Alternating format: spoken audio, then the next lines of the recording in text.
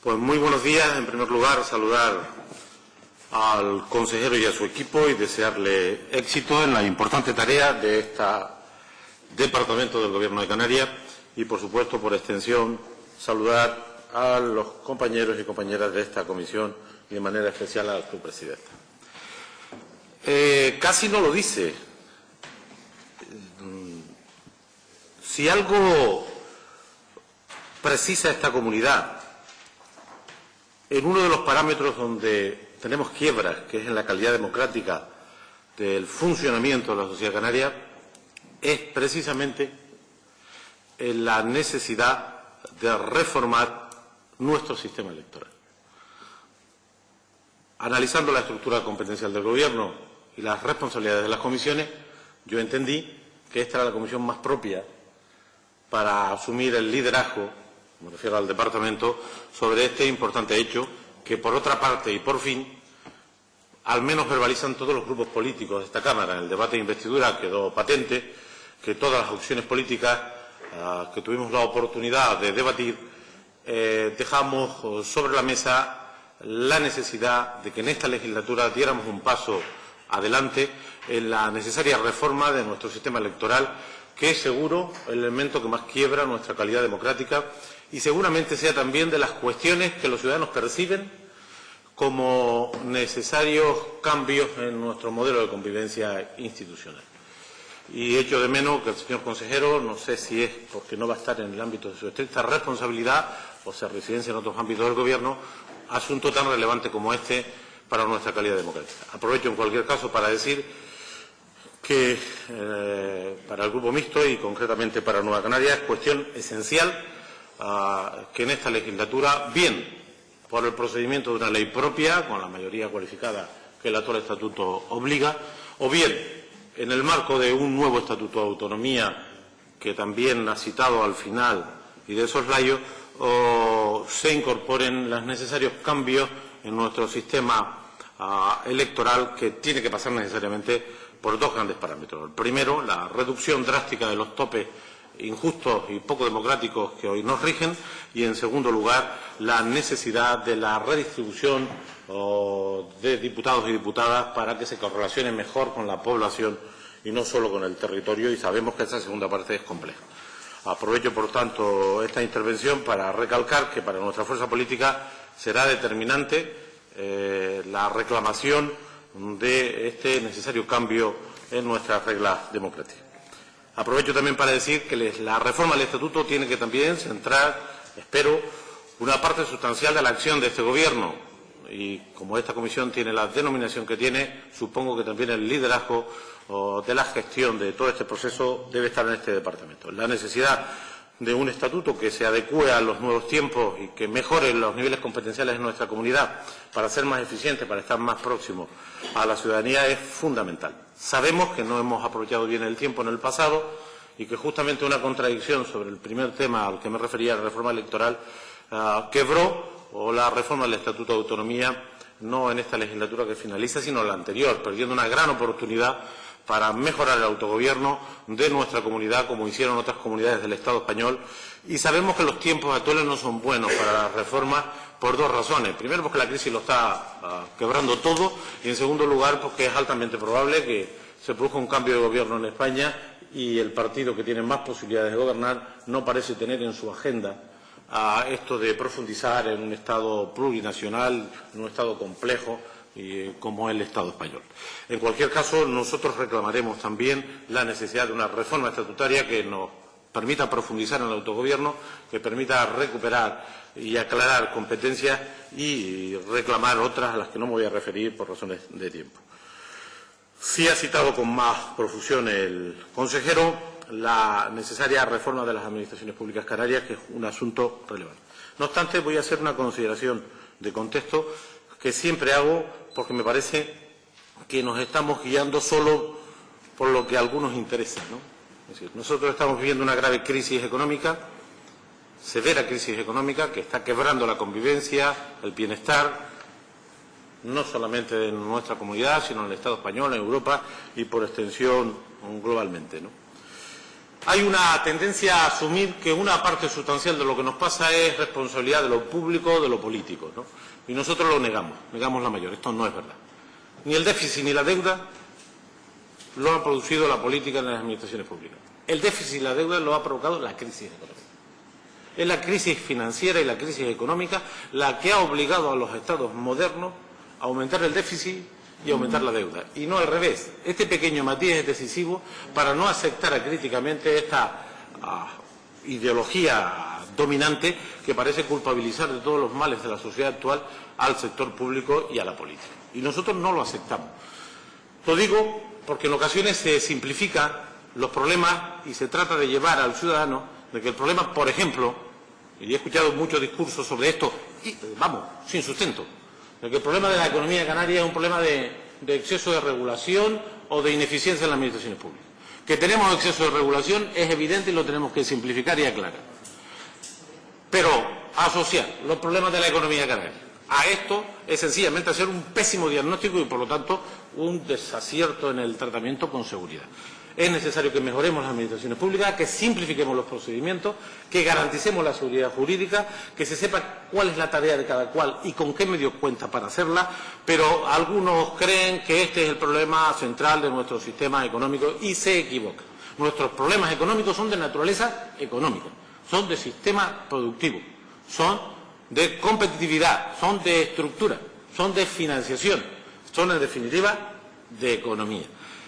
Y tenemos la tendencia a esta simplificación. No digo que lo haya hecho el consejero en su expresión, pero yo creo que contextualizar en términos más precisos la crisis y el papel del sector público es muy relevante. Yo soy de los que sostengo que es muy relevante en cualquier economía moderna el papel del sector público en el funcionamiento de la economía. En la garantía, por supuesto, de derechos de todas las partes que confluimos en una sociedad moderna, pero es fundamental el papel de los gobiernos. Es más, después de 2 años y medio de un discurso absolutamente centrado en los ajustes fiscales salvajes, ya empiezan los organismos internacionales a rectificar. Esta semana, los informes de los grandes organismos económicos internacionales empiezan a decir que igual hay una grave equivocación en el ajuste fiscal duro que se está prodigando en los países occidentales y especialmente en Europa, porque está consiguiendo lo siguiente: más recesión, más desempleo, más retroceso en la economía. Y hay, afortunadamente, alguna reflexión ya de esta semana en el sentido de que es necesaria la intervención del sector público para reactivar la economía. Y se reactiva la economía inyectando recursos. Y se hace siempre por 2 procedimientos. Racionalizando el gasto, que es una obligación siempre, ahora más, pero aumentando también la disponibilidad de recursos del sector público, y eso solo tiene 2 caminos. La presión fiscal sobre los que más tienen, que nosotros defendemos, porque hay una clara injusticia en la distribución de los pesos fiscales en nuestro entorno socioeconómico, y nosotros reclamamos más presión fiscal para los que más tienen, y más endeudamiento a medio plazo. Esto parece que no está de moda, pero esperaremos los próximos 6 meses, el próximo año, para llegar a la conclusión, como está haciendo los Estados Unidos, de la necesidad de endeudamiento a medio plazo para reactivar la parálisis económica total. Digo esto porque lo económico y lo ideológico es fundamental para contextualizar las reformas, sea la electoral, estatutaria y la de las administraciones públicas. Es evidente que lo que dice el consejero lo compartimos. Es necesario que los 3 ámbitos de la administración canaria simplifiquen, aclaren las responsabilidades. Yo creo que la descentralización es más eficaz y, por lo tanto, debe haber un proceso de descentralización preciso, donde cada administración pueda empezar y acabar muchos de los procedimientos que hoy tienen que transitar por los 3 niveles de la administración, y ahí se necesita pues valentía, se necesita muchísimo diálogo, porque no es sencillo abordar semejante tarea, y se necesita también reconocer en nuestra historia algunas ventajas que están consolidadas, y es que algunas de nuestras instituciones más genuinas han demostrado eficacia en la interpretación de la compleja realidad de un archipiélago que son los cabildos insulares. Nosotros defenderemos en ese proceso de nueva administración pública canaria potenciar los gobiernos insulares en virtud de lo que en la historia han representado y resultado, y no está matizado en su discurso, pero también entiendo que no toca, ¿no? Con respecto a la justicia, creo que es un servicio básico, garante de derechos y libertades, y que yo no soy un gran conocedor de las singularidades internas de este servicio público, sí de otros, pero sí yo creo que algo le caracteriza, o al menos la percepción que hay, es de lentitud, ¿no? Es decir, y la lentitud genera desconfianza y genera ineficacia. Y la ineficacia no solamente es en relación a los derechos y libertades de ciudadanos y agentes en general, sino económica. Los retrasos en los procesos judiciales también tienen impacto en la economía, y a veces más que el resto de las administraciones. El empantanamiento de procedimientos de impacto económico en los procesos judiciales enlentece y complica las cosas. Por eso creo que las propuestas que se hacen parecen razonables y habrá que concretarlas. Es evidente que las políticas de igualdad que estén en un departamento horizontal a mí me parece un acierto.